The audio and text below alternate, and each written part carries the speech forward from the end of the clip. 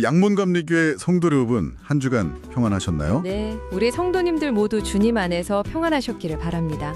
어느덧 우리의 일상 속에 그 사순절이라는 참 귀한 시간이 깊이 스며들고 있습니다. 사실 매일매일 바쁘게 살아가다 보면 잠시 멈춰서서 내 영혼의 상태를 돌아보는 게 참 쉽지 않죠. 네, 진짜 그래요. 목사님께서 이 사순절을 가리켜서 거룩한 멈춤의 시간이라고 하셨는데 솔직히 현실에서는 이 멈춤이라는 단어 자체가 좀 굉장히 낯설고 때로는 불안하게 느껴지기도 하거든요. 맞습니다. 우리가 워낙 그 속도에 익숙해진 삶을 살고 있으니까요. 당장 오늘 하루만 해도 막 쳐내야 할 업무들이 있고 또 챙겨야 할 가족들, 해결해야 할 크고 작은 문제들이 산더미처럼 쌓여 있지 않습니까? 네네. 그런 일상 한가운데서 속도를 늦추고 내 안에 욕심을 비워낸다는 건 뭐랄까 머리로는 이해를 해도 막상 실천하려고 하면 엄청난 영적인 에너지가 필요한 일입니다. 오늘 우리가 이 조관희 담임 목사님의 주일 설교 마태복음 4장의 광야, 유혹을 이기는 말씀의 능력을 다시 한번 아주 깊이 들여다보려는 이유도 바로 여기에 있죠. 그렇죠. 주일의 강단에서 선포된 그 은혜의 말씀이 단순히 주일 하루의 어떤 그 감동으로 끝나는 게 아니라 네. 월요일부터 토요일까지 이어지는 우리의 치열한 일상, 그 진흙탕 같은 삶의 현장 속에서 어떻게 힘을 발휘할 수 있을지 함께 좀 치열하게 고민해 보자는 겁니다. 아주 좋습니다. 네, 그래서 제가 목사님 설교를 다시 이렇게 쫙 곱씹어 보면서 저는 사실 첫 부분부터 완전히 제 예상을 빗나가는 대목을 마주했거든요. 어떤 부분이었나요? 예수님께서 공생애를 시작하시면서 마귀에게 시험을 받으러 광야로 가시잖아요. 그렇죠. 근데 그 척박한 곳으로 예수님을 이끄신 분이 다름 아닌 성령님이시라는 사실이었어요. 아, 네. 우리가 흔히 가지는 신앙적인 오해 중 하나를 아주 정확히 찌르는 부분이죠. 맞아요. 우리는 보통 고난이나 척박한 환경, 뭔가 내 삶이 꼬이는 것 같은 상황을 마주하면 무조건 이건 마귀가 주는 거다. 혹은 내가 뭘 잘못해서 벌 받는 거 아닌가? 네네, 그렇게 생각하려는 경향이 있죠. 하지만 성령께서 주도적으로 예수님을 광야로 이끄셨다는 이 말씀은 우리 삶에 찾아오는 그 고립과 결핍의 시간이 하나님의 철저한 주권과 계획 아래 있다는 걸 보여줍니다. 목사님께서 이 광야의 헬라어 원어 에레모스를 설명해 주셨을 때 그 의미가 참 묵직하게 다가오더라고요. 에레모스. 저도 그 단어가 참 마음에 남았습니다. 단순히 막 모래바람이 흩날리는 사막이라는 장소적인 의미가 아니었잖아요. 네, 아닙니다. 버려진, 고립된, 텅 비어서 의지할 것이 전혀 없는 상태. 그 설명이 제 마음을 참 한참 동안 붙잡았는데요. 사실 우리가 평소에 내 불안함을 감추려고 얼마나 많은 것들로 스스로를 포장하며 삽니까? 엄청나게 포장하죠. 직장에서의 직함이라든가 통장 잔고, 사람들과의 관계, 심지어는 교회 안에서의 직분이나 봉사의 자리까지도요. 네. 그런데 이 에레모스, 광야에 서게 되면 내가 의지했던 그 모든 화려한 장식들이 다 뜯겨나가고 마는 거잖아요. 바로 그 지점이 사순절이 우리에게 요구하는 광야의 본질인 겁니다.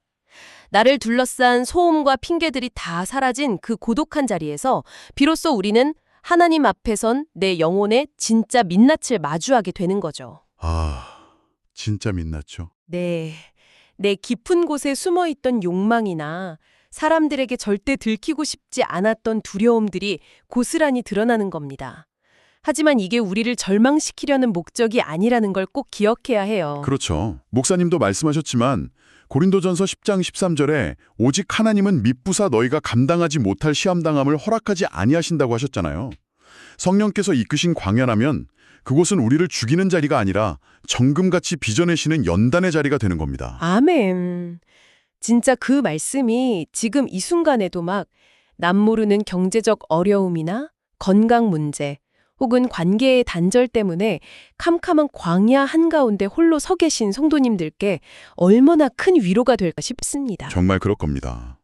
내가 겪는 이 고독이 우연히 재수가 없어서 닥친 일이 아니라 하나님께서 허락하신 한계 안에서 나를 다듬어 가시는 과정이라는 거니까요. 네. 그렇다면 우리가 이 에레모스의 상태에서 예수님이 겪으신 구체적인 시험들을 우리 일상과 조금 더 밀착해서 들여다보면 좋겠습니다. 그 첫 번째 유혹, 바로 떡의 시험이었죠. 네. 예수님께서 무려 40일을 금식하신 직후였습니다. 40일. 완전한 인간의 몸을 입고 계셨으니까 그 40일 금식 후의 배고픔이라는 건 사실 우리가 상상하는 그 이상의 생명의 경각에 달린 고통이었을 겁니다. 마귀는 정확히 그 가장 취약한 결핍의 순간을 비집고 들어와요. 네네. 네, 네가 만일 하나님의 아들이거든 당장 명하여 이 돌들로 떡덩이가 되게 하라. 여기서 우리가 주목해야 할 게 마귀가 예수님의 능력을 의심한 게 아니라는 겁니다. 오히려 능력을 쓰라고 부추긴 거네요? 그렇죠. 그 엄청난 능력을 지금 당장 널 위해서 써라. 이렇게 부추긴 거죠. 저는 사실 이 대목에서 우리 일상을 살아가는 성도님들의 모습, 아니 제 모습이 너무 선명하게 겹쳐 보였어요. 어떤 모습이요? 마귀가 우리 마음을 무너뜨릴 때 가장 자주 사용하는 무기가 바로 조급함이잖아요. 조급함, 맞습니다. 너 지금 통장 잔고 바닥났잖아. 너 지금 몸이 이렇게 아프잖아. 당장 이거부터 해결해야지? 언제까지 기도만 하고 있을래? 이렇게 끊임없이 지금 당장을 자극합니다. 솔직히 저만 해도 삶에 당장 해결해야 할 급한 불이 떨어지면 하나님의 뜻을 묻기보다 내가 가진 수단과 방법을 다 동원해서 빨리 이 상황을 모면하고 싶어지거든요. 누구나 그럴 수밖에 없습니다. 결핍이라는 건 사람의 시야를 극도로 좁게 만드니까요. 목사님께서 이 부분에서 아주 중요한 헬라어 단어 2가지를 짚어주셨어요. 아, 네. 페이라조였나요? 네, 먼저 시험을 뜻하는 페이라조입니다. 똑같은 시험이라도 하나님이 주시는 페이라조는 우리를 세우기 위한 연단이에요. 반면에 마귀가 주는 페이라조는 우리를 완전히 파괴하고 멸망시키려는 목적을 가지고 있죠. 아, 방향이 완전히 다르군요. 그렇죠. 그리고 마귀를 일컫는 디아볼로스라는 단어의 뜻이 사이에 던져 갈라놓는 자라는 점을 연결해 보면 마귀의 진짜 속내가 아주 선명하게 드러납니다. 아, 그러니까 이게 단순히 막 배를 굴게 만들어서 괴롭히려는 게 아니었네요. 네, 나의 그 절박한 결핍, 그 배고픔을 이용해서 네. 나와 하나님 사이를 쩍 갈라놓으려는 거였어요. 네가 하나님의 자녀라며. 근데 왜 이렇게 가난해? 왜 이렇게 아파? 네가 믿는 하나님은 널 사랑하지 않는 게 분명해. 이렇게 우리의 현실하고 하나님의 약속 사이를 이간질하는 거잖아요. 정확합니다. 당장의 떡 문제를 해결해주는 척하면서 결국엔 생명의 근원이신 하나님으로부터 우리를 완전히 단절시켜버리려는 아주 교묘하고 무서운 덫이죠. 네. 하지만 예수님은 그 조급함을 부추기는 유혹 앞에서 감정적으로 반응하거나 자신의 능력을 증명하려고 들지 않으셨습니다. 오직 기록되었으되 사람이 떡으로만 살 것이 아니오 하나님의 입으로부터 나오는 모든 말씀으로 살 것이라고 선포하셨죠. 기록되었으되. 네, 여기서 쓰인 기록되었으되, 즉 게그랍타이라는 단어의 문법적 시제가 아주 중요합니다. 완료용 시제라고 목사님께서 강조하셨죠. 과거에 글씨로 쓰여서 무슨 박물관에 박제되어 있는 낡은 문자가 아니라 네. 이미 기록되었고 그 말씀의 능력이 지금 이 순간에도 살아서 내 삶에 역사하고 있다는 뜻이잖아요. 예수님께 돌을 떡으로 바꿀 능력이 없어서 안 하신 게 아니에요. 당연하죠. 당장의 결핍을 기적으로 덮어버리는 대신에 이 살아있는 약속의 말씀, 게그랍타이에 내 삶을 걸고 순종하는 쪽을 택하신 겁니다. 이게 바로 사순절을 통과하는 우리에게 주시는 첫 번째 거룩한 멈춤의 결단입니다. 일상에서 경제적인 위기나 건강의 문제 같은 치명적인 결핍을 마주할 때 세상의 방식이나 내 힘으로 억지로 돌을 떡으로 만들려는 그 조급한 손을 잠시 멈추는 겁니다. 아, 조급한 손을 멈추는 것? 네. 그리고 내 영혼을 살리는 하나님의 살아있는 말씀으로 시선을 돌리는 훈련인 거죠. 당장의 떡보다 하나님의 말씀이 나를 살게 한다는 그 고백이 참 묵직하게 다가오네요. 그런데 마귀가 참 집요한 게 첫 번째 방법이 안 통하니까 곧바로 전략을 전면 수정해버려요. 이번에는 예수님을 거룩한 성전 꼭대기로 데리고 가잖아요. 그러고는 아주 섬뜩한 방식을 꺼내듭니다.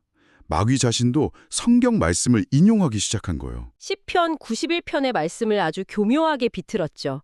네가 만일 하나님의 아들이거든 뛰어내려 보라. 기록되었을 때 그가 너를 위하여 그의 사자들을 명하시리니 그들이 손으로 너를 받들어 발이 돌에 부딪히지 않게 하리로다. 진짜 교활하네요. 첫 번째 시험이 육신의 결핍을 건드린 거라면 이 두 번째 시험은 우리의 영적인 자아, 즉 인정받고 증명하고 싶은 강박을 찌르는 아주 고단수의 유혹입니다. 저는 이 두 번째 유혹을 묵상하면서 오늘날 우리 교회의 모습, 그리고 저 자신의 신앙생활을 돌아보면서 정말 많이 부끄러웠습니다. 아, 어떤 점에서 그러셨나요? 마귀는 네가 진짜 하나님의 아들이라면 멋지게 기적을 일으켜서 사람들에게 증명해봐라 이렇게 부추기는 거잖아요.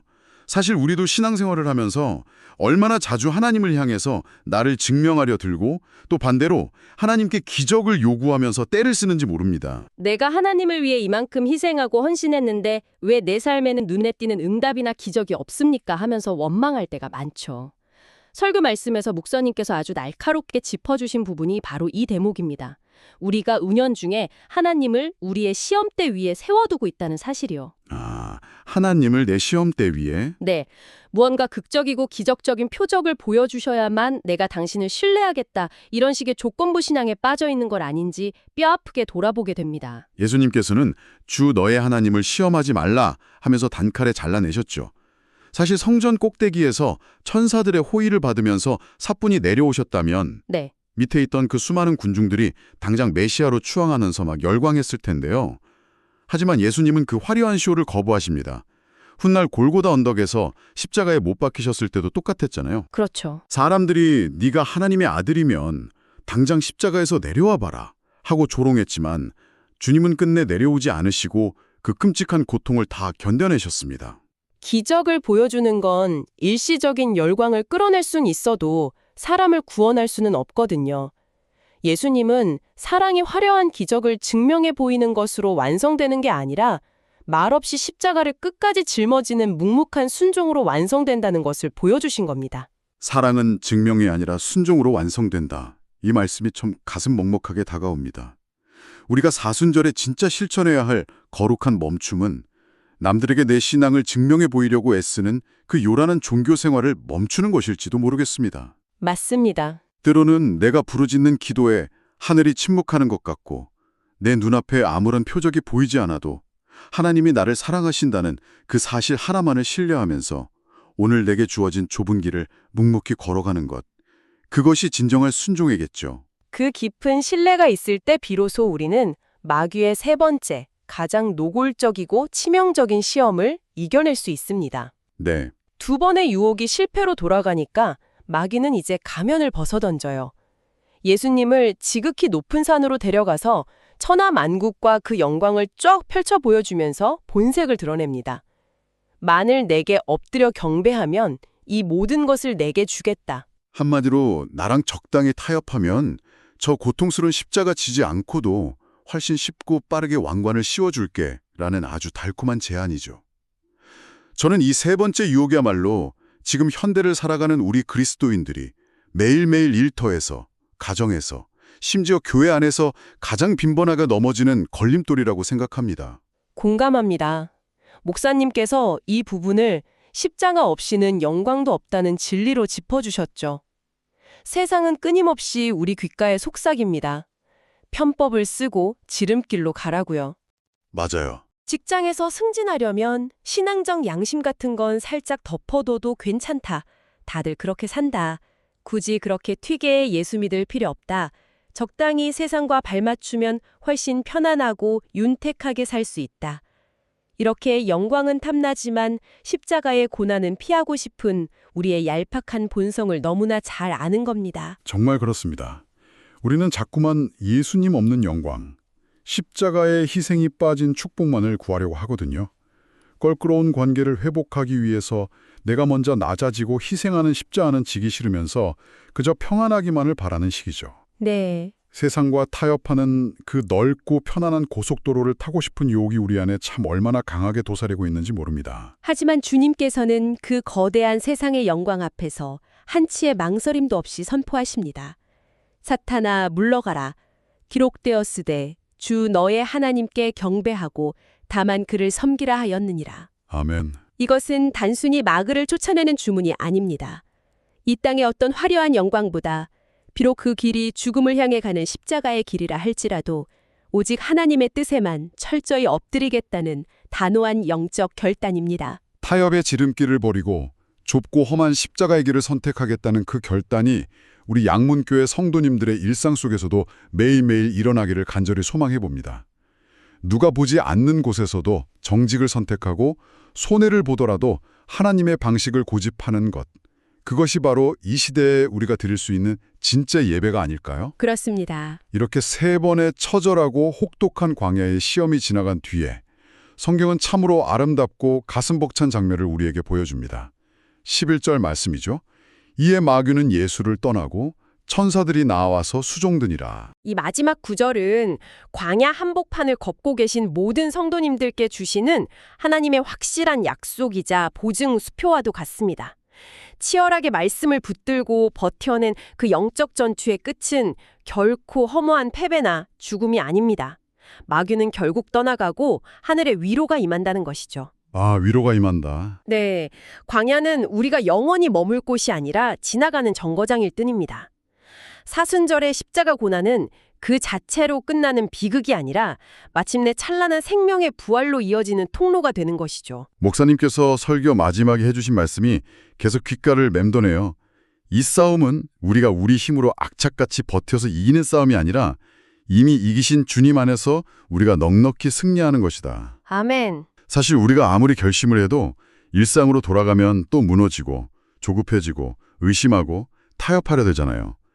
하지만 우리의 힘이 아니라 나를 대신해서 이 끔찍한 광야를 통과하시고 마귀의 유혹을 완전히 박살내신 예수 그리스도, 그분의 십자가 뒤에 우리가 숨어있기 때문에 다시 일어설 수 있다는 사실이 정말 눈물겹게 감사하더라고요. 바로 그것이 은혜죠. 주님이 먼저 걸어가신 그 길이 우리의 지도가 되고 주님이 선포하신 게그랍타이의 말씀이 오늘 우리의 무기가 되는 것입니다.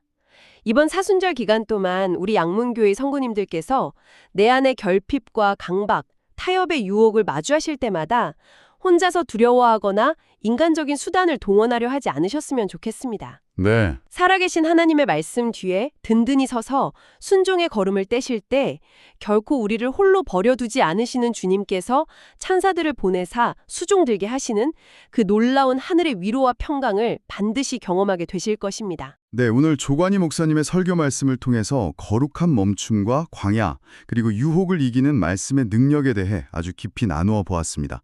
이야기를 나누다 보니까 어느덧 마무리할 시간이 다 되었네요. 양문감리교회 성도 여러분, 오늘 이 대화의 자리를 마치면서 여러분과 함께 작은 질문 하나를 나누며 일상으로 돌아가고자 합니다. 네. 내일 아침 당장 출근길 지하철 안에서 혹은 며칠 뒤 껄끄러운 사람을 마주해야 하는 모임 자리에서 마귀가 어김없이 찾아와 당장 네 방법대로 해결해버려. 언제까지 말씀대로 살면서 손해볼래? 남들 다 하는 대로 편하게 가자. 하면서 여러분의 마음을 흔들어 놓을 때 성도님들은 어떤 하나님의 약속을 꺼내 드시겠습니까? 참 중요한 질문입니다. 이번 한 주간 나를 흔들리지 않게 붙들어줄 나만의 게그랍타이, 그 살아있는 말씀 한 구절을 꼭 찾아 마음판에 깊이 새겨보시기를 바랍니다. 그 말씀 한 구절이 세상을 이기는 강력한 방패가 되어줄 것입니다. 거창하고 화려한 신앙을 증명하려 애쓰기보다 각자에게 주어진 삶의 자리에서 조용히 십자가를 향해 걸어가는 성도님들의 그 진실한 걸음을 하나님께서 기쁨으로 받아주실 줄 믿습니다. 비록 우리가 걷는 길이 거친 광야일지라도 그 길의 끝에는 부활의 영광이 기다리고 있음을 굳게 믿으며 나아갑시다. 양문감리교회 성도님들, 삶의 온갖 결핍과 유혹의 한복판에서도 이미 세상을 이기신 예수 그리스도의 이름으로 이번 주도 넉넉히 그리고 평안히 승리하시기를 온 마음을 다해 축복합니다. 승리하시기를 축복합니다. 네, 다음 주에 또 깊고 풍성한 은혜의 말씀으로 찾아뵙겠습니다. 평안한 한 주 보내십시오.